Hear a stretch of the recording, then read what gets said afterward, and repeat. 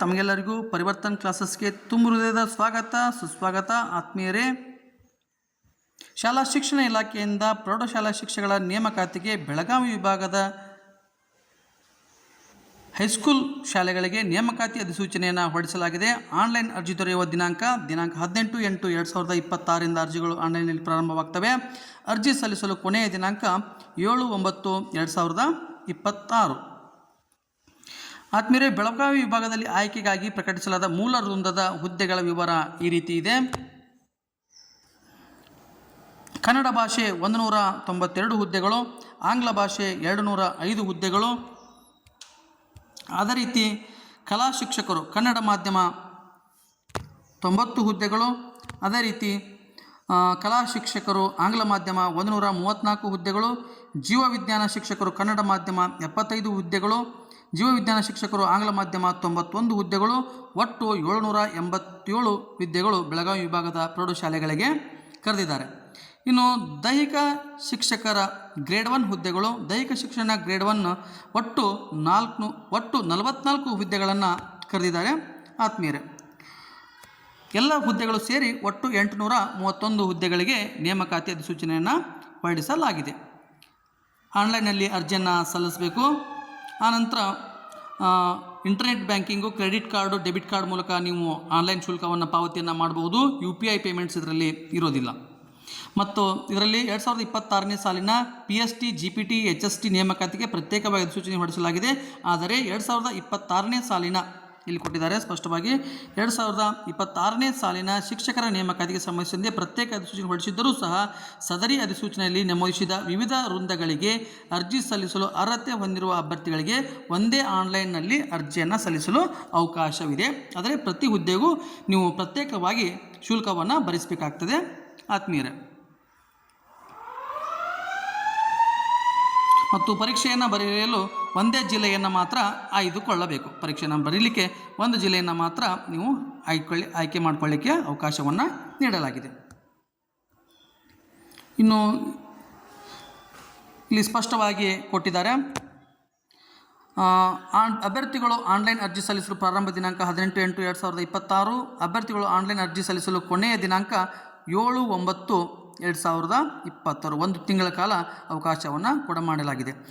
ಇನ್ನು ಪಾವತಿನ ಶುಲ್ಕವನ್ನು ಪಾವತಿಸಲಿಕ್ಕೆ ಖಚಿತಪಡಿಸಿಕೊಳ್ಳುವ ಕೊನೆಯ ದಿನಾಂಕ 10/9/2026. ಆತ್ಮೀಯರೇ,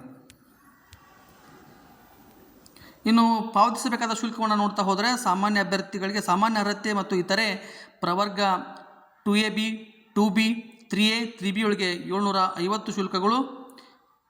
ಒಂದೇ ವೃಂದದಲ್ಲಿ 2 ಹುದ್ದೆಗಳಿಗೆ ಅರ್ಜಿ ಸಲ್ಲಿಸಲಿಕ್ಕೆ ನಿಮಗೆ 1125 ರೂಪಾಯಿನ ಶುಲ್ಕವನ್ನು ಪಾವತಿಸಬೇಕಾಗ್ತದೆ. ಇನ್ನು ಪರಿಶಿಷ್ಟ ಜಾತಿ, ಪರಿಶಿಷ್ಟ ವರ್ಗ, ಪ್ರವರ್ಗ 1, ಮಾಜಿ ಸೈನಿಕ, ಅಂಗವಿಕಲತೆಯುಳ್ಳ ಅಭ್ಯರ್ಥಿಗಳಿಗೆ ಮತ್ತು ಹಾಗೂ ತೃತೀಯ ಲಿಂಗದ ಅಭ್ಯರ್ಥಿಗಳಿಗೆ ಒಂದು ವೃಂದದ 1 ಹುದ್ದೆಗೆ ಅರ್ಜಿ ಸಲ್ಲಿಸಲಿಕ್ಕೆ 500 ರೂಪಾಯಿ ಹಾಗೂ ಒಂದೇ ವೃಂದದ 2 ಹುದ್ದೆಗೆ ಅರ್ಜಿ ಸಲ್ಲಿಸಲಿಕ್ಕೆ 750 ರೂಪಾಯಿಗಳನ್ನು ನಿಗದಿಪಡಿಸಲಾಗಿದೆ. ಶುಲ್ಕವನ್ನು ಒಂದು ಸಾರಿ ಪಾವತಿಸಿದರೆ ಯಾವುದೇ ಕಾರಣಕ್ಕೂ ಅದನ್ನು ಹಿಂದಿರುಗಿಸುವ ಹಾಗಿಲ್ಲ. ವೇತನ ಶ್ರೇಣಿ 54,175ರಿಂದ 99,400 ವೇತನ ಶ್ರೇಣಿಯನ್ನು ನಿಗದಿಪಡಿಸಲಾಗಿದೆ. ನಾವು ವಯೋಮಿತಿಯನ್ನು ನೋಡೋದಾದರೆ ಆತ್ಮೀಯರೇ, GM ಕ್ಯಾಂಡಿಡೇಟ್ಸ್ಗೆ 40 ವರ್ಷ ಗರಿಷ್ಠ ವಯೋಮಿತಿ. 2A, 2B, 3A, 3B ಅಭ್ಯರ್ಥಿಗಳಿಗೆ 43 ಗರಿಷ್ಠ ವಯೋಮಿತಿ. ಅದೇ ರೀತಿ SC, ST, ಪ್ರವರ್ಗ 1 ಹಾಗೂ ವಿಶೇಷ ಚೇತನ ಅಭ್ಯರ್ಥಿಗಳಿಗೆ 45 ವರ್ಷಗಳ ಗರಿಷ್ಠ ವಯೋಮಿತಿಯನ್ನು ನಿಗದಿಪಡಿಸಲಾಗಿದೆ. ಅಪ್ಲಿಕೇಶನ್ ಹಾಕುವ ಕೊನೆಯ ದಿನಾಂಕದಲ್ಲಿ ಈ ಗರಿಷ್ಠ ವಯೋಮಿತಿಯನ್ನು ಮೀರಿರಬಾರದು. ಇನ್ನು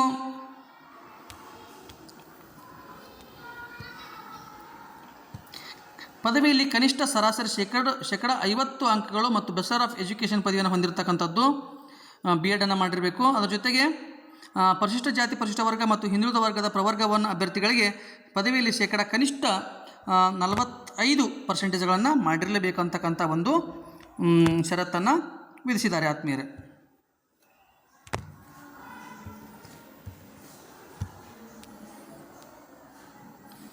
ಇನ್ನು ವಿದ್ಯಾರ್ಥಿಯನ್ನು ನೋಡೋದಾದರೆ ಸಹಶಿಕ್ಷಕರು ಕನ್ನಡ ಭಾಷೆ ಇವರಿಗೇನು ವಿದ್ಯಾರ್ಥಿಯನ್ನು ಕೊಟ್ಟಿದ್ದಾರೆ. ಈ ಅಭ್ಯರ್ಥಿಗಳು BA ಮಾಡಿರಬೇಕು ಕಂಪಲ್ಸರಿ. ಅದರ ಜೊತೆ B.Ed ಕೂಡ ಮಾಡಿರಬೇಕು. ಹಾಗೂ ಡಿಗ್ರಿ ಒಳಗೆ ಏನು ಮಾಡಿರಬೇಕು, ಕನ್ನಡವನ್ನು ಒಂದು ಐಚ್ಛಿಕ ವಿಷಯವನ್ನಾಗಿ ಪಡೆದುಕೊಂಡಿರಬೇಕು. ಕಲಾ ವಿಷಯವನ್ನು ಪದವಿಯಲ್ಲಿ ಹೊಂದಿರತಕ್ಕದ್ದು ಮತ್ತು ಸದರಿ ಪದವಿಯಲ್ಲಿ ಕನ್ನಡ ಭಾಷೆಯನ್ನು ಒಂದು ಐಚ್ಛಿಕ ವಿಷಯವಾಗಿ ಹೊಂದಿರಬೇಕು. ಹಾಗೂ BEd ಮಾಡಿಕೊಂಡಿರಬೇಕು. ಒಂದು ವೇಳೆ ನಾವು ಪದವಿಯಲ್ಲಿ ಐಚ್ಛಿಕ ವಿಷಯವಾಗಿ ಕನ್ನಡವನ್ನು ಅಭ್ಯಾಸ ಇಲ್ಲ ಅಂತಂದ್ರೆ ಕನಿಷ್ಠವಾಗಿ ಸದರಿ ಭಾಷೆಯ ಸ್ನಾತಕೋತ್ತರ ಪದವಿಯನ್ನು ಹೊಂದಿದ್ದಲ್ಲಿ ಮತ್ತು ಅದೇ ವಿಷಯದ ಶಿಕ್ಷಕರ ಶಿಕ್ಷಣದಲ್ಲಿ ಪದವಿಯನ್ನು ಪಡೆದಿರತಕ್ಕದ್ದು ಅಥವಾ ಬೋಧನಾ ವಿಧಾನವನ್ನು ಅಭ್ಯಸಿಸಿರಬೇಕು. ನೀವು MAದಲ್ಲೂ ಆದರೂ ಕೂಡ ನೀವು ಕನ್ನಡವನ್ನು ಒಂದು ಐಚ್ಛಿಕ ವಿಷಯವಾಗಿ ಅಭ್ಯಾಸ ಮಾಡಿರಬೇಕು. ಇನ್ನು ಶಿಕ್ಷಕರು ಆಂಗ್ಲ ಭಾಷೆ, ಇಲ್ಲೂ ಕೂಡ BA BEd ಹೊಂದಿರಬೇಕು. ಅದರ ಜೊತೆಗೆ ಡಿಗ್ರಿಯಲ್ಲಿ ಇಂಗ್ಲೀಷನ್ನು ಒಂದು ಆಪ್ಷನಲ್ ಸಬ್ಜೆಕ್ಟಾಗಿ ಸ್ಟಡಿ ಮಾಡಿರಬೇಕಾಗ್ತದೆ ಆತ್ಮೀಯರೇ. ಅದೇ ರೀತಿ BEd ಪದವಿಯನ್ನು ಕೂಡ ಹೊಂದಿರಬೇಕು. ಅಥವಾ ನೀವು MA ಇಂಗ್ಲೀಷನ್ನು ತೆಗೆದುಕೊಂಡಿದ್ದರೆ ಬೋಧನಾ ವಿಧಾನವನ್ನು ಅದೇ ಇಂಗ್ಲೀಷಲ್ಲಿ ಬೋಧನಾ ವಿಧಾನವನ್ನು BEdಲ್ಲಿ ಕೂಡ ಮಾಡಿರಬೇಕಾಗ್ತದೆ. ಈ ಒಂದು ನಿಯಮಗಳನ್ನು ಕೊಟ್ಟಿದ್ದಾರೆ. ಇನ್ನು ಸಹಶಿಕ್ಷಕರು ಕಲಾ ವಿಭಾಗ, ಆರ್ಟ್ಸ್ ವಿಭಾಗದಲ್ಲಿ ಅಂದರೆ ಹಿಸ್ಟ್ರಿ ಪಾಠ ಮಾಡಲಿಕ್ಕೆ, ಸಮಾಜ ವಿಜ್ಞಾನ ಪಾಠ ಮಾಡಲಿಕ್ಕೆ ಈ ಶಿಕ್ಷಕರನ್ನು ತೆಗೆದುಕೊಳ್ಳಲಾಗ್ತದೆ. ಆತ್ಮೀಯರೇ, ಇಲ್ಲಿ ಕಲಾ ವಿಷಯದಲ್ಲಿನ ಪದವಿಯಲ್ಲಿ ಕೆಳಗಿನ 2 ವಿಷಯಗಳನ್ನು ಐಚ್ಛಿಕ ವಿಷಯಗಳನ್ನಾಗಿ ಅಭ್ಯಾಸ ಮಾಡಿರ್ತಕ್ಕಂಥದ್ದು. ಯಾವ 2 ವಿಷಯಗಳು? ಒಂದು ಇತಿಹಾಸ, ನೆಕ್ಸ್ಟು ಅರ್ಥಶಾಸ್ತ್ರ, ರಾಜಕೀಯ ಶಾಸ್ತ್ರ, ಭೂಗೋಳಶಾಸ್ತ್ರ ಮತ್ತು ಸಮಾಜಶಾಸ್ತ್ರ. History, economics, political science, geography ಮತ್ತು ಸೋಷಿಯಾಲಜಿಗಳನ್ನು ನೀವು ಅಭ್ಯಾಸ ಮಾಡಿರಬೇಕು. ಇಷ್ಟರಲ್ಲಿ 2 ನೀವು ಐಚ್ಛಿಕ ವಿಷಯಗಳನ್ನಾಗಿ ಅಭ್ಯಾಸ ಮಾಡಿರಬೇಕು ಡಿಗ್ರಿಯಲ್ಲಿ. ಅದರ ಜೊತೆಗೆ BEd ಕೂಡ ಮಾಡಿರಲೇಬೇಕು. BEd is compulsory. ಓಕೆ. ಅದರ ಜೊತೆಗೆ ಯಾವ ಮಾಧ್ಯಮದಲ್ಲಿ ಪಾಠ ಬೋಧನೆ ಮಾಡುವರೋ ಆ ಭಾಷೆಯನ್ನು ಪದವಿ ಹಂತದಲ್ಲಿ ಅಭ್ಯಾಸಿಸಿರತಕ್ಕಂಥದ್ದು. ಯಾವ ಭಾಷೆಯು ಸದರಿ ಭಾಷೆಯನ್ನು ಪದವಿ ಹಂತದಲ್ಲಿ ವ್ಯಾಸಂಗ ಮಾಡಿರುವುದಿಲ್ಲವೋ ಅಂಥ ಅಭ್ಯರ್ಥಿಯು SSLCಯಲ್ಲಿ ಆ ಭಾಷೆಯನ್ನು ಪ್ರಥಮ ಅಥವಾ ದ್ವಿತೀಯ ಭಾಷೆಯನ್ನಾಗಿ ಪೂರೈಸಿರತಕ್ಕದ್ದು. ಅಥವಾ UGC ಮಾನ್ಯತೆ ಹೊಂದಿರುವ ವಿಶ್ವವಿದ್ಯಾನಿಲಯದಿಂದ ಆ ಭಾಷೆಯ ಡಿಪ್ಲೊಮಾ ಅರ್ಹತೆಯನ್ನು ಹೊಂದಿರತಕ್ಕಂಥದ್ದು. ಅದರ ಜೊತೆಗೆ ಕನ್ನಡ ಭಾಷೆಯಲ್ಲಿ ಬೋಧಿಸಬೇಕಾದ ಶಿಕ್ಷಕರಾಗಿದ್ದಲ್ಲಿ ಕರ್ನಾಟಕ ರಾಜ್ಯ ಪರೀಕ್ಷಾ ಹಾಗೂ ಮೌಲ್ಯ ನಿರ್ಣಯ ಮಂಡಳಿಯಿಂದ ಅಥವಾ ಕನ್ನಡ ಸಾಹಿತ್ಯ ಪರಿಷತ್ನಿಂದ ಕನ್ನಡ ಭಾಷಾ ಸರ್ಟಿಫಿಕೇಟ್ ಕೋರ್ಸನ್ನು ಪೂರೈಸಿರ್ತಕ್ಕಂಥದ್ದು. ಇಷ್ಟೊಳಗೆ ಯಾವುದಾದ್ರೂ ಒಂದನ್ನು ನೀವು ಪೂರೈಸಿದರೆ ಆತ್ಮೀಯರೇ ಅಪ್ಲಿಕೇಶನ್ ಹಾಕಲಿಕ್ಕೆ ಯಾವುದೇ ರೀತಿಯಾಗಿರ್ತಕ್ಕಂಥ ತೊಂದರೆ ಇಲ್ಲ. ಇನ್ನು ಸಹಶಿಕ್ಷಕರು ಜೀವಶಾಸ್ತ್ರ, ಸೈನ್ಸ್ ಟೀಚರ್, ಕನ್ನಡ ಮಾಧ್ಯಮ ಮತ್ತು ಆಂಗ್ಲ ಮಾಧ್ಯಮ. ವಿಜ್ಞಾನ ವಿಷಯದಲ್ಲಿ ಅಂದರೆ BScಯಲ್ಲಿ CBZ ತೆಗೆದುಕೊಂಡಿರ್ತಕ್ಕಂಥ ಅಭ್ಯರ್ಥಿಗಳು ಈ ಒಂದು ಸಹಶಿಕ್ಷಕರು ಸೈನ್ಸ್ ಟೀಚರ್ಗೆ ನೀವು ಅಪ್ಲಿಕೇಶನ್ ಹಾಕ್ಬೋದು. ರಸಾಯನಶಾಸ್ತ್ರ, ಸಸ್ಯಶಾಸ್ತ್ರ, ಪ್ರಾಣಿಶಾಸ್ತ್ರ ಇದು CBZ ಆಯಿತು. ಅದರ ಜೊತೆಗೆ ಜೈವಿಕ ತಂತ್ರಜ್ಞಾನ, ಆನಂತರ ಬಯೋಟೆಕ್ನಾಲಜಿ ಅಂತ ಹೇಳ್ತೇವೆ ನಾವು, ತಳಿಶಾಸ್ತ್ರ, ಆಹಾರ ವಿಜ್ಞಾನ ಮತ್ತು ಪೋಷಣೆ, ಮೀನುಗಾರಿಕೆ ಮತ್ತು ಕೈಗಾರಿಕಾ ಮೀನುಗಾರಿಕೆ ವಿಜ್ಞಾನ, ಜೀವ ರಸಾಯನಶಾಸ್ತ್ರ, CBZ ಜೊತೆಗೆ ಬೇರೆ ಇವೆಲ್ಲ ಸಬ್ಜೆಕ್ಟ್ಗಳನ್ನು ತೆಗೆದುಕೊಂಡಿದ್ರು ಕೂಡ ಅವರು ಅಪ್ಲಿಕೇಶನನ್ನು ಹಾಕಬಹುದು. ಆದರೆ ಇಲ್ಲಿ ಒಂದು ಕೆಮಿಸ್ಟ್ರಿ ಕಂಪಲ್ಸರಿ ಐಚ್ಛಿಕ ವಿಷಯ ಆಗಿರಲೇಬೇಕು. ರಸಾಯನಶಾಸ್ತ್ರ ಕಂಪಲ್ಸರಿಯಾಗಿ ಹೊಂದಿರಲೇಬೇಕು. ಅದ್ರ ಜೊತೆಗೆ BEd ಕೂಡ ಕಂಪಲ್ಸರಿ ಪಡೆದಿರಬೇಕಾಗುತ್ತೆ ಆತ್ಮೀಯರೇ.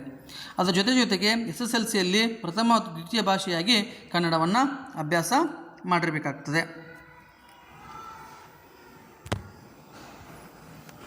SSLC ಕನ್ನಡವನ್ನು ಪ್ರಥಮ ಅಥವಾ ದ್ವಿತೀಯ ಭಾಷೆಯಾಗಿ ಮಾಡಿರಬೇಕು. ಅಥವಾ ಡಿಪ್ಲೊಮಾದಲ್ಲಿ ಮಾನ್ಯತೆ ಪಡೆದ ಡಿಪ್ಲೊಮಾದಲ್ಲಿ ಕನ್ನಡ ಭಾಷೆಯನ್ನು ಅಭ್ಯಾಸ ಮಾಡಿರಬೇಕು. ಅಥವಾ ನೀವು ಕನ್ನಡ ಭಾಷೆ ಬೋಧಿಸಬೇಕಾದ ಶಿಕ್ಷಕರಲ್ಲಿ ಕರ್ನಾಟಕ ರಾಜ್ಯ ಪರೀಕ್ಷಾ ಹಾಗೂ ಮೌಲ್ಯ ನಿರ್ಣಯ ಮಂಡಳಿಯಿಂದ ಕನ್ನಡ ಸಾಹಿತ್ಯ ಪರಿಷತ್ನಿಂದ ಕನ್ನಡ ಭಾಷಾ ಸರ್ಟಿಫಿಕೇಟನ್ನು ಪೂರೈಸಿಕೊಂಡಿರಬೇಕು. ಇವಿಷ್ಟು ಕಂಡೀಷನ್ಸ್ಗಳನ್ನು ಹೊಂದಿರಬೇಕು. ನೆಕ್ಸ್ಟು ದೈಹಿಕ ಶಿಕ್ಷಣ ಶಿಕ್ಷಕರು ಗ್ರೇಡ್ 1. ಇಲ್ಲಿ ನೋಡಿರಿ, ದೈಹಿಕ ಶಿಕ್ಷಣವನ್ನು ಐಚ್ಛಿಕ ವಿಷಯವನ್ನಾಗಿ ಆಯ್ಕೆ ಮಾಡಿಕೊಂಡಿರುವ ಪದವಿ ವಿದ್ಯಾರ್ಹತೆಯಲ್ಲಿ 50% ಅಂಕಗಳನ್ನು ಪಡೆದುಕೊಂಡಿರಬೇಕು. ಡಿಗ್ರಿ ಒಳಗೆ ದೈಹಿಕ ಶಿಕ್ಷಣವನ್ನು ಫಿಸಿಕಲ್ ಎಜುಕೇಷನ್ನ ಡಿಗ್ರಿಯಲ್ಲಿ ತೆಗೆದುಕೊಂಡಿದ್ದರೆ 50% ಮಾಡಿರಬೇಕು. ಈ ದೈಹಿಕ ಶಿಕ್ಷಣ ಅಪ್ಲಿಕೇಶನ್ ಹಾಕಲಿಕ್ಕೆ BA BPEd ಆಗಿರ್ತಕ್ಕಂಥ ಅಭ್ಯರ್ಥಿಗಳು, BA BPEd ಆಗಿರ್ತಕ್ಕಂಥ ಅಭ್ಯರ್ಥಿಗಳು, BSc BPEd, BCom BPEd ಅವ್ರಿಗೆ ಕೂಡ ಅವಕಾಶ ಇದೆ. ಅದರ ಜೊತೆಗೆ ದೈಹಿಕ ಶಿಕ್ಷಣವನ್ನು ಐಚ್ಛಿಕ ವಿಷಯವನ್ನಾಗಿ ಆಯ್ಕೆ ಮಾಡಿಕೊಂಡಿರೋ ಪದವಿ ವಿದ್ಯಾರ್ಥಿಯಲ್ಲಿ 40% ಅಂಕಗಳನ್ನು ಪಡೆದಿರಬೇಕು. ಅದು ಆಗಿದೆ. Association of India, university of Indian Olympic ಅಸೋಸಿಯೇಷನ್ನಿಂದ ಮಾನ್ಯತೆ ಪಡೆದ ಕ್ರೀಡೆಗಳು ಅಥವಾ ಆಟಗಳು ಅಥವಾ ಅಥ್ಲೆಟಿಕ್ಸ್ನ ರಾಷ್ಟ್ರ ಮಟ್ಟದ ಅಥವಾ ರಾಜ್ಯ ಮಟ್ಟದ ಅಥವಾ ಅಂತರ್ ವಿಶ್ವವಿದ್ಯಾಲಯದ ಮಟ್ಟದಲ್ಲಿ ಸ್ಪರ್ಧೆಗಳಲ್ಲಿ ಪಾಲ್ಗೊಂಡಿರತಕ್ಕಂಥದ್ದು. ಇದು ಕೂಡ ಕಂಡೀಷನ್ ಇದೆ, ಅಥವಾ ಅಂತ ಹಾಕಿದೆ. ಅದಿಲ್ಲ ಅಂದರೆ ಅದು, ಅದಿಲ್ಲ ಅಂದರೆ ಅದು. ಓಕೆ. ಇನ್ನು ಅದರ ಜೊತೆಗೆ ನಿಯೋಜಿತ ಸೇವಾನಿರತ ಅಭ್ಯರ್ಥಿಯಾಗಿದ್ದಲ್ಲಿ ತರಬೇತಿ ಹೊಂದಿದ ದೈಹಿಕ ಶಿಕ್ಷಣ ಶಿಕ್ಷಕರು, ತರಬೇತುದಾರರು ಪದವಿಯಲ್ಲಿ 45% ಅಂಕಗಳನ್ನು ಪಡೆದಿರ್ತಕ್ಕಂಥದ್ದು ಮತ್ತು ರಾಷ್ಟ್ರೀಯ ಶಿಕ್ಷಕರ ಶಿಕ್ಷಣ ಪರಿಷತ್ ನಿಯಮಗಳು 2009ರಿಂದ ಕನಿಷ್ಠ 3 ವರ್ಷಗಳ ಬೋಧನಾ ಅನುಭವವನ್ನು ಹೊಂದಿರಬೇಕು ಅಂತ ಹೇಳ್ತಾರೆ. ಅದರ ಜೊತೆಗೆ ಅಥವಾ 40% ಅಂಕಗಳ ಸಹಿತ ದೈಹಿಕ ಶಿಕ್ಷಣದಲ್ಲಿ ಪದವಿಯನ್ನು ಪಡೆದಿರಬೇಕು ಅಂತ ಕಂಡೀಷನ್ ಇದೆ. ಅಥವಾ 40% ಅಂಕಗಳ ಸಹಿತ ದೈಹಿಕ ಶಿಕ್ಷಣವನ್ನು ಐಚ್ಛಿಕ ವಿಷಯನಾಗಿ ಪದವಿಯಲ್ಲಿ ಅಭ್ಯಾಸಿಸಿರಬೇಕು ಆತ್ಮೀಯರೇ. ಅದರ ಜೊತೆಗೆ ಅಥವಾ ರಾಷ್ಟ್ರೀಯ ಶಿಕ್ಷಕರ ಶಿಕ್ಷಣ ಪರಿಷತ್ ನಿಯಮಗಳು 2007 ದಿನಾಂಕ 10/12/2007 ಅಧಿಸೂಚನೆಯಲ್ಲಿರುವಂತೆ ಪದವಿ ಅರ್ಹತೆಯ ಜೊತೆಗೆ ಶಾಲಾ, ಅಂತರ್ಶಾಲಾ, ಕಾಲೇಜು ಕ್ರೀಡೆಗಳು, ಆಟಗಳಲ್ಲಿ ಪಾಲ್ಗೊಂಡಿದ್ದು NCC ಸರ್ಟಿಫಿಕೇಟನ್ನು ಹೊಂದಿರತಕ್ಕಂಥದ್ದು. ಇದು ಇದ್ರೂ ಕೂಡ ಅಪ್ಲಿಕೇಶನನ್ನು ಹಾಕ್ಬೋದು. ಅಥವಾ 3 ವರ್ಷಗಳ ಅವಧಿಯ ದೈಹಿಕ ಶಿಕ್ಷಣದಲ್ಲಿ ಪದವಿ ಅಥವಾ BPEd ತರಬೇತಿ ತತ್ಸಮಾನ ಇದು ಆಗಿದ್ರೂ ಕೂಡ ಅಪ್ಲಿಕೇಶನನ್ನು ಹಾಕಬಹುದು. ಪದವಿ ಹೊಂದಿದ್ದು ರಾಜ್ಯ ವಿಶ್ವವಿದ್ಯಾಲಯದ ಕ್ರೀಡೆಗಳಲ್ಲಿ, ಆಟಗಳಲ್ಲಿ, ಅಥ್ಲೆಟಿಕ್ಸ್ನಲ್ಲಿ ಹೊಂದಿರಬಹುದು. ಅದರ ಜೊತೆಗೆ ಪದವಿ ಅರ್ಹತೆ ಇದ್ದು ಕಾಲೇಜ್ ಮಟ್ಟದ ಕ್ರೀಡೆಗಳು, ಆಟಗಳಲ್ಲಿ, ಪಂದ್ಯಾಟಗಳಲ್ಲಿ 1 ಅಥವಾ 2 ಮತ್ತು 3ನೇ ಸ್ಥಾನವನ್ನು ಪಡೆದಿದ್ದು NCC ಸರ್ಟಿಫಿಕೇಟ್ ಅಥವಾ ಸಾಹಸ ಕ್ರೀಡೆಗಳ ಬೇಸಿಕ್ ಕೋರ್ಸ್ನಲ್ಲಿ ಉತ್ತೀರ್ಣ ಹೊಂದಿರತಕ್ಕಂಥದ್ದು. ಇಷ್ಟು ಅಥವಾ ಅಂತ ಇಷ್ಟೊಂದು ಅವಕಾಶಗಳನ್ನು ದೈಹಿಕ ಶಿಕ್ಷಕರು ಗ್ರೇಡ್ 1ನಲ್ಲಿ ಕೊಟ್ಟಿದ್ದಾರೆ. ಇದರಲ್ಲಿ ಯಾವುದಾದ್ರೂ ಒಂದು ನೀವು ಪದವಿಯನ್ನು ಪೂರೈಸಿದ್ರೂ ಕೂಡ ನೀವು ಅಪ್ಲಿಕೇಶನನ್ನು ಹಾಕಬಹುದು ಆತ್ಮೀಯರೇ. ಇನ್ನು ನೀವು ನೋಟಿಫಿಕೇಷನನ್ನು ಇನ್ನೊಂದು ಸಲ ಡೀಟೇಲಾಗಿ ಓದ್ಕೊಡ್ರಿ. ಇನ್ನು ಸಾಮಾನ್ಯ ಸೂಚನೆಗಳು ಬಹಳ ಇದ್ದಾವೆ. 1:1 ಫಸ್ಟ್ ಮೊದಲನೇದು 1:2 ಅನುಪಾತದಲ್ಲಿ ನೇಮಕಾತಿಯನ್ನು ಮಾಡ್ತಾರೆ. ಆನಂತರ 1:1 ಪಟ್ಟಿಯನ್ನು ಬಿಡ್ತಾರೆ. ಕೊನೆಗೆ 1:1 ದಾಖಲಾತಿ ಆದಮೇಲೆ ಮೆರಿಟ್ ಲಿಸ್ಟನ್ನು ನಿರ್ಣಯ ಮಾಡ್ತಾರೆ. ಇನ್ನು ಮೆರಿಟ್ ನಿರ್ಧರಿಸುವ ವಿಧಾನ, ವೇಟೇಜ್ ಯಾವ ರೀತಿ ತೆಗೆದುಕೊಳ್ತಾರಪ್ಪ ಅಂತಂದ್ರೆ ಆತ್ಮೀಯರೇ, ಸ್ಪರ್ಧಾತ್ಮಕ ಪರೀಕ್ಷೆಯಲ್ಲಿ ಪಡೆದ ಅಂಕಗಳು CETಯಲ್ಲಿ 85%, ಪದವಿ ಪರೀಕ್ಷೆಯಲ್ಲಿ ಪಡೆದ ಅಂಕಗಳು 13%. ಇನ್ನು BPEd, ಇಲ್ಲಿ BEd ಅಲ್ಲ, ಇದು ಟೋಟಲ್ ಓವರಾಲ್ ಎಲ್ಲ ಸಬ್ಜೆಕ್ಟ್ಗೆ ಹೇಳತ್ತಾರೆ. BEdಲ್ಲಿ ಆಗಿದ್ದರೆ 2%, ಒಟ್ಟು 100%ಗೆ ವೇಟೇಜನ್ನು ಮಾಡ್ತಾರೆ ಎಲ್ಲ ಸಬ್ಜೆಕ್ಟದ್ದು ಕೂಡ.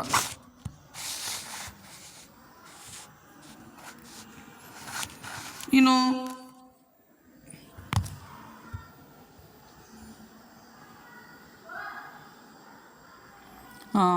BPEdನವ್ರದ್ದು ಕೂಡ ಅದೇ ರೀತಿ ಆಗುತ್ತೆ. ಸ್ಪರ್ಧಾತ್ಮಕ ಪರೀಕ್ಷೆ CETಯಲ್ಲಿ 85%, ಆನಂತರ ಪದವಿಯಲ್ಲಿ 13% ಮತ್ತು BPEdನಲ್ಲಿ 2%. ಈ ರೀತಿ ಮೆರಿಟ್ ಲಿಸ್ಟನ್ನು ಕೂಡ ತಯಾರು ಮಾಡ್ತಾರೆ. ಮೀಸಲಾತಿಗಳು, ಒಳ ಮೀಸಲಾತಿ ಆಧಾರದ ಮೇಲೆ ಜಾತಿ ಮೀಸಲಾತಿಯವರು ಪರಿಶಿಷ್ಟ ಜಾತಿ A ಪ್ರವರ್ಗ A B C ಅವರು ನಮೂನೆ D ಜಾತಿ ಸರ್ಟಿಫಿಕೇಟನ್ನು ಪ್ರೊಡ್ಯೂಸ್ ಮಾಡಬೇಕು. ಪ್ರವರ್ಗ 1 ಅವರು ನಮೂನೆ E ಮತ್ತು 2A 2B 3A 3B ಮೀಸಲಾತಿಗೆ ಸೇರಿದ ಅಭ್ಯರ್ಥಿಗಳು ನಮೂನೆ F ಸರ್ಟಿಫಿಕೇಟನ್ನು, ಜಾತಿ ಸರ್ಟಿಫಿಕೇಟನ್ನು ಪ್ರೊಡ್ಯೂಸ್ ಮಾಡಬೇಕಾಗುತ್ತೆ ನೇಮಕಾತಿ ಸಂದರ್ಭದಲ್ಲಿ. ವಿಶೇಷ ಸೂಚನೆಗಳನ್ನು ನೀವು ವಿಸ್ತೃತವಾಗಿ ಓದ್ತಾ ಹೋಗಿ. ಇಲ್ಲಿ ನನ್ನ ವಿಡಿಯೋ ಲೆಂದಿ ಆಗಿರೋದ್ರಿಂದ ನಾನು ಭಾಳ ಇಂಪಾರ್ಟೆಂಟ್ ಪಾಯಿಂಟ್ಸ್ಗಳನ್ನು ಮಾತ್ರ ನೋಡ್ತಾ ಹೋಗ್ತೇನೆ.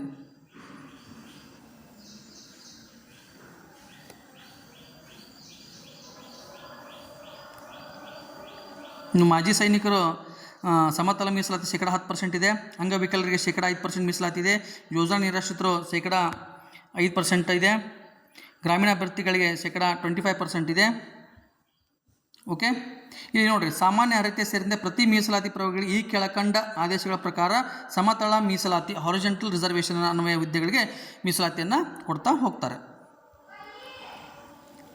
ಕನ್ನಡ ಮಾಧ್ಯಮ ಅಭ್ಯರ್ಥಿಗಳೇ 5% ಮೀಸಲಾತಿಯನ್ನು ಕೊಡ್ತಾರೆ. ಇನ್ನು ಮಹಿಳಾ ಅಭ್ಯರ್ಥಿಗಳಿಗೆ 33%, ತೃತೀಯ ಲಿಂಗದ ಅಭ್ಯರ್ಥಿಗಳಿಗೆ 1% ಮೀಸಲಾತಿ, ಮಾಜಿ ಸೈನಿಕರಿಗೂ ಕೂಡ ಮೀಸಲಾತಿ ಇರುತ್ತೆ. ಅದಕ್ಕೆ ಅದರದೇ ಆಗಿರ್ತಕ್ಕಂಥ ಕೆಲವೊಂದಿಷ್ಟು ಕಂಡೀಷನ್ಸ್ ಕೂಡ ಇರುತ್ತೆ. ಅದನ್ನು ವಿಸ್ತೃತವಾಗಿ ಓದ್ಕೊಡ್ರಿ. ಇನ್ನು ಗ್ರಾಮೀಣ ಅಭ್ಯರ್ಥಿಗಳು ಕೂಡ ಮೀಸಲಾತಿ ಗ್ರಾಮೀಣ ಸರ್ಟಿಫಿಕೇಟ್, ರೂರಲ್ ಸರ್ಟಿಫಿಕೇಟನ್ನು ತೆಗೆದುಕೊಂಡಿರಬೇಕು. 1ರಿಂದ 10ನೇ ತರಗತಿಯಲ್ಲಿ ಗ್ರಾಮೀಣ ವಿಭಾಗದಲ್ಲಿ ಅಭ್ಯಾಸ ಮಾಡಿರಬೇಕು. ಅದೇ ರೀತಿ 1ರಿಂದ 10ನೇ ತರಗತಿಯವರು ಕೂಡ ಕನ್ನಡ ಮಾಧ್ಯಮದಲ್ಲಿ ಅಭ್ಯಾಸ ಮಾಡಿರ್ತಕ್ಕಂಥ ಅಭ್ಯರ್ಥಿಗಳು ಕನ್ನಡ ಅಭ್ಯರ್ಥಿ ಮೀಸಲಾತಿಗೆ ಬರ್ತಾರೆ. ಹ್ಯಾಂಡಿಕ್ಯಾಪ್ಟು 40%ಗಿಂತ ಕಡಿಮೆ ಇಲ್ಲದಂತೆ ಇರಬೇಕು ಅಂತಕ್ಕಂಥ ನೋಟಿಫಿಕೇಷನ್ ಇದೆ. ಇದೇ ರೀತಿ ಯೋಜನಾ ನಿರಾಶ್ರಿತರು ಕೂಡ ಸರ್ಟಿಫಿಕೇಟನ್ನು ಪ್ರೊಡ್ಯೂಸ್ ಮಾಡಬೇಕು. ಈ ರೀತಿ ಎಲ್ಲ ಸರ್ಟಿಫಿಕೇಟ್ಸ್ಗಳನ್ನು ನೇಮಕಾತಿ ಸಂದರ್ಭದಲ್ಲಿ ಹಾಗೂ ದಾಖಲಾತಿಗಳನ್ನು ಪರಿಶೀಲನೆ ಸಂದರ್ಭದಲ್ಲಿ ನೀವು ಪ್ರೊಡ್ಯೂಸ್ ಮಾಡಬೇಕಾಗ್ತದೆ ಆತ್ಮೀಯರೇ. ಇನ್ನು ಪರೀಕ್ಷೆಯ ವೇಳಾಪಟ್ಟಿ ಮೇನ್ ಇದು. ನೀವು ಅಪ್ಲಿಕೇಶನ್ ಎಲ್ಲರೂ ಹಾಕ್ತೀರಿ, ಆದರೆ ಪರೀಕ್ಷೆಯ ದೃಷ್ಟಿ ನೋಡಿರಿ. ಇದೇ ಅಕ್ಟೋಬರ್ 12, 2026 ಸಾಮಾನ್ಯ ಪತ್ರಿಕೆ 10 ರಿಂದ 12 ಗಂಟೆ, ದ್ವಿತೀಯ ಪತ್ರಿಕೆ ದೈಹಿಕ ಶಿಕ್ಷಣ ಶಿಕ್ಷಕರಿಗೆ 2:30 ರಿಂದ 4:30. ಇನ್ನು ನೆಕ್ಸ್ಟ್ ಡೇ 13/10/2026 ಅಕ್ಟೋಬರ್ 10 ರಿಂದ 12 ಆರ್ಟ್ ಮಾಸ್ಟರ್ CBZ ಮತ್ತು ಆರ್ಟ್ಸ್ ಇವರಿಗೆ ಪತ್ರಿಕೆ 2 ಇರುತ್ತೆ. ಮತ್ತು 2:30 ರಿಂದ 4:30ಗೆ ಪತ್ರಿಕೆ 2 ಆರ್ಟ್ ಮಾಸ್ಟರ್ ಕನ್ನಡ ಮತ್ತು ಇಂಗ್ಲೀಷ್ ಇರುತ್ತೆ. ಇನ್ನು ನಿಗದಿಪಡಿಸಿದ ವಿಷಯಗಳು ಪತ್ರಿಕೆ 1ರಲ್ಲಿ ಸಾಮಾನ್ಯ ಜ್ಞಾನ ಮತ್ತು ಪ್ರಚಲಿತ ಘಟನೆಗಳ ಮೇಲೆ 20 ಮಾರ್ಕ್ಸು, 20 ಕ್ವಶನ್ಸ್ ಬರ್ತವೆ. ಸಾಮಾನ್ಯ ಕನ್ನಡ 10 ಮಾರ್ಕ್ಸು, 10 ಕ್ವಶನ್ಸು. ಸಾಮಾನ್ಯ ಇಂಗ್ಲೀಷ್ 10 ಕ್ವಶನ್ಸು, 10 ಮಾರ್ಕ್ಸು. ಶೈಕ್ಷಣಿಕ ಮನೋವಿಜ್ಞಾನ 15 ಮಾರ್ಕ್ಸು. ಮಾನಸಿಕ ಸಾಮರ್ಥ್ಯ ಮೆಂಟಲಿಟಿ 15 ಮಾರ್ಕ್ಸು. ಗಣಕಯಂತ್ರ ಸಾಕ್ಷರತೆ ಕಂಪ್ಯೂಟರ್ ಲಿಟ್ರಸಿ 15 ಮಾರ್ಕ್ಸು. ಮೌಲ್ಯ ಶಿಕ್ಷಣ ಮತ್ತು ಆರೋಗ್ಯ ಶಿಕ್ಷಣ 15 ಮಾರ್ಕ್ಸು. ಒಟ್ಟು 100 ಮಾರ್ಕ್ಸ್ಗೆ 100 ಕ್ವಶನ್ಸ್ ಬರ್ತವೆ, 100 ಮಾರ್ಕ್ಸ್ ಇರುತ್ತೆ ಆತ್ಮೀಯರೇ. OMR ಮಾದರಿಯಲ್ಲಿರುತ್ತೆ. ಅದೇ ರೀತಿ ಪತ್ರಿಕೆ 2 ಮತ್ತು ಪತ್ರಿಕೆ 1 OMR ಶೀಟು ಡಿಸ್ಕ್ರಿಪ್ಟಿವನ್ನು ತೆಗೆದಿದ್ದಾರೆ. ಕನ್ನಡ ಭಾಷೆ ಪೇಪರ್ 2 100 ಮಾರ್ಕ್ಸಿಂದು, ಆಂಗ್ಲ ಭಾಷಾ ಶಿಕ್ಷಕರು 100 ಮಾರ್ಕ್ಸು, CBZ 100 ಮಾರ್ಕ್ಸು, ಕಲಾ ಶಿಕ್ಷಕರು ಕನ್ನಡ ಮತ್ತು ಆಂಗ್ಲ ಭಾಷೆ 100 ಮಾರ್ಕ್ಸು, ದೈಹಿಕ ಶಿಕ್ಷಣ ಗ್ರೇಡ್ 1 100 ಮಾರ್ಕ್ಸ್ಗೆ ಪೇಪರ್ 2 ಇರುತ್ತೆ. ಆಬ್ಜೆಕ್ಟಿವ್ ಟೈಪ್ OMR ಶೀಟ್ ಮಾದರಿಯಲ್ಲಿ ಪರೀಕ್ಷೆಗಳು ನಡೀತಾವೆ ಆತ್ಮೀಯರೇ. ಇವುಗಳನ್ನು ನೋಡ್ತಾ 1:1 ತಾತ್ಕಾಲಿಕ ಅಂಕಪಟ್ಟಿ, ಆನಂತರ 1:2 ತಾತ್ಕಾಲಿಕ ಅಂಕಪಟ್ಟಿ ಬಿಡ್ತಾರೆ, ಆನಂತರ 1:1 ಮಾಡ್ತಾರೆ, ಆನಂತರ ನಿಮಗೆ ದಾಖಲಾತಿ ಪರಿಶೀಲನೆ, ಆನಂತರ ನೇಮಕಾತಿಯನ್ನು ಕೊಡ್ತಾರೆ.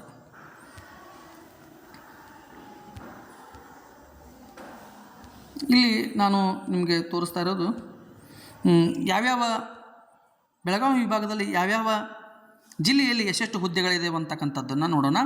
ಬೆಳಗಾವಿ ಕನ್ನಡ 25 ಭಾಷೆಯಲ್ಲಿ ನೋಡಿದರೆ ಕನ್ನಡ 25, ಇಂಗ್ಲೀಷು 19 ಹುದ್ದೆಗಳು, ಕಲಾ ಆರ್ಟ್ಸ್ ಕನ್ನಡ ಮಾಧ್ಯಮ 10, ಆಂಗ್ಲ ಮಾಧ್ಯಮ 15, ಕನ್ನಡ ಮಾಧ್ಯಮ CBZ 9, ಆಂಗ್ಲ ಮಾಧ್ಯಮ 11, ದೈಹಿಕ ಶಿಕ್ಷಕರು 7, ಒಟ್ಟು 96 ಹುದ್ದೆಗಳು ಬೆಳಗಾವಿ ಜಿಲ್ಲೆಯಲ್ಲಿದ್ದವು. ಇನ್ನು ಚಿಕ್ಕೋಡಿ ಶೈಕ್ಷಣಿಕ ಜಿಲ್ಲೆಯಲ್ಲಿ ಭಾಷೆಗೆ 31, 32 ಆಂಗ್ಲ, ಕನ್ನಡ ಮಾಧ್ಯಮ ಕಲಾ 14, 21, ಜೀವಶಾಸ್ತ್ರ 15, 18, ದೈಹಿಕ ಶಿಕ್ಷಣ ಗ್ರೇಡ್ 1 7, ಒಟ್ಟು 138 ಹುದ್ದೆಗಳು.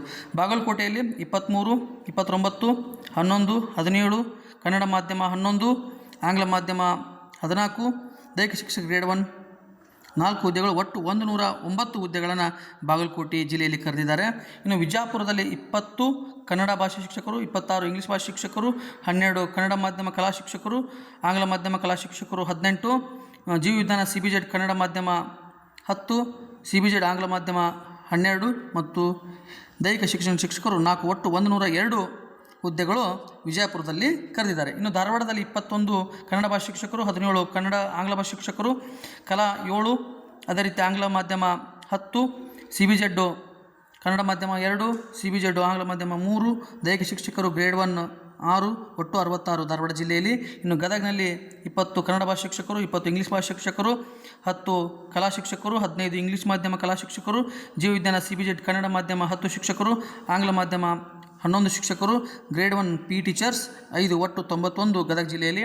ಹಾವೇರಿಯಲ್ಲಿ 25 ಕನ್ನಡ ಭಾಷಾ ಶಿಕ್ಷಕರು, 25 ಆಂಗ್ಲ ಭಾಷಾ ಶಿಕ್ಷಕರು, ಕನ್ನಡ ಮಾಧ್ಯಮ 13, ಆಂಗ್ಲ ಮಾಧ್ಯಮ 19, CBZ ಕನ್ನಡ 11, CBZ ಆಂಗ್ಲ 13, ದೈಹಿಕ ಶಿಕ್ಷಕರು 7, ಒಟ್ಟು 113 ಹುದ್ದೆಗಳು ಹಾವೇರಿಯಲ್ಲಿ. ಉತ್ತರ ಕನ್ನಡ ಕಾರವಾರದಲ್ಲಿ 6 ಕನ್ನಡ ಭಾಷಾ ಶಿಕ್ಷಕರು, 12 ಇಂಗ್ಲೀಷ್ ಭಾಷಾ ಶಿಕ್ಷಕರು, 4 ಆರ್ಟ್ಸು ಇಂಗ್ಲೀಷು, 5 ಆಂಗ್ಲ ಮಾಧ್ಯಮ ಕಲಾ ಶಿಕ್ಷಕರು, CBZ 2 Kannada 2 English, CBZ Kannada ಮತ್ತು ಆಂಗ್ಲ ಮಾಧ್ಯಮ, ಇಲ್ಲಿ PE ಟೀಚರ್ಸ್ ಇಲ್ಲ. ಒಟ್ಟು ಬೆಳಗಾವಿ ವಿಭಾಗದನ್ನು ನೋಡೋದಾದರೆ ಅತಿ ಹೆಚ್ಚು ಪೋಸ್ಟ್ಗಳು 138 ಚಿಕ್ಕೋಡಿಯಲ್ಲಿದೆ. ಅದರ ನಂತರ ನೆಕ್ಸ್ಟು 113 ಹಾವೇರಿಯಲ್ಲಿದೆ. ಅದೇ ರೀತಿ 109, 102. ನಿಮ್ಮ ಪೋಸ್ಟ್ ಯಾವ ಜಿಲ್ಲೆಯಲ್ಲಿ ಹೆಚ್ಚಿದೆ, ನಿಮಗೆ ಯಾವ ಜಿಲ್ಲೆ ಅನುಕೂಲ ಆಗುತ್ತೆ ಅನ್ನೋದನ್ನು ನೋಡಿಕೊಂಡು ನೀವು ಅಪ್ಲಿಕೇಶನನ್ನು ಹಾಕಿರಿ ಆತ್ಮೀಯರೇ. ಅಂತ ಹೇಳ್ತಾ ಇನ್ನೊಮ್ಮೆ ಸಂಪೂರ್ಣವಾಗಿ ಅಪ್ಲಿಕೇಶನ್ನ ನೋಡಿಕೊಡ್ರಿ. ಅದೇ ರೀತಿ ಕಂಪ್ಯೂಟರ್ ಲಿಟ್ರಸಿ ಬಗ್ಗೆ ನಾನು ಸಾಕಷ್ಟು ವೀಡಿಯೋಗಳನ್ನು ಮಾಡ್ತಾಯಿದ್ದೀನಿ. 15 ಮಾರ್ಕ್ಸ್ ಕಂಪ್ಲೀಟ್ ಸಿಗೋ ಹಾಗೆ ನೀವು ನನ್ನ ಯೂಟ್ಯೂಬ್ ಚಾನಲ್ಗೆ ಸಬ್ಸ್ಕ್ರೈಬ್ ಆಗಿ ಹಾಗೂ ನನ್ನ ವೀಡಿಯೋಗಳನ್ನು ನೋಡಿ ಅಂತ ಹೇಳ್ತಾ ತಮಗೆಲ್ಲರಿಗೂ ಸಕ್ಸಸ್ ಸಿಗಲಿ ಆತ್ಮೀಯರೇ ಅಂತಕ್ಕಂಥದ್ದನ್ನು ಹೇಳ್ತಾ ಧನ್ಯವಾದಗಳು.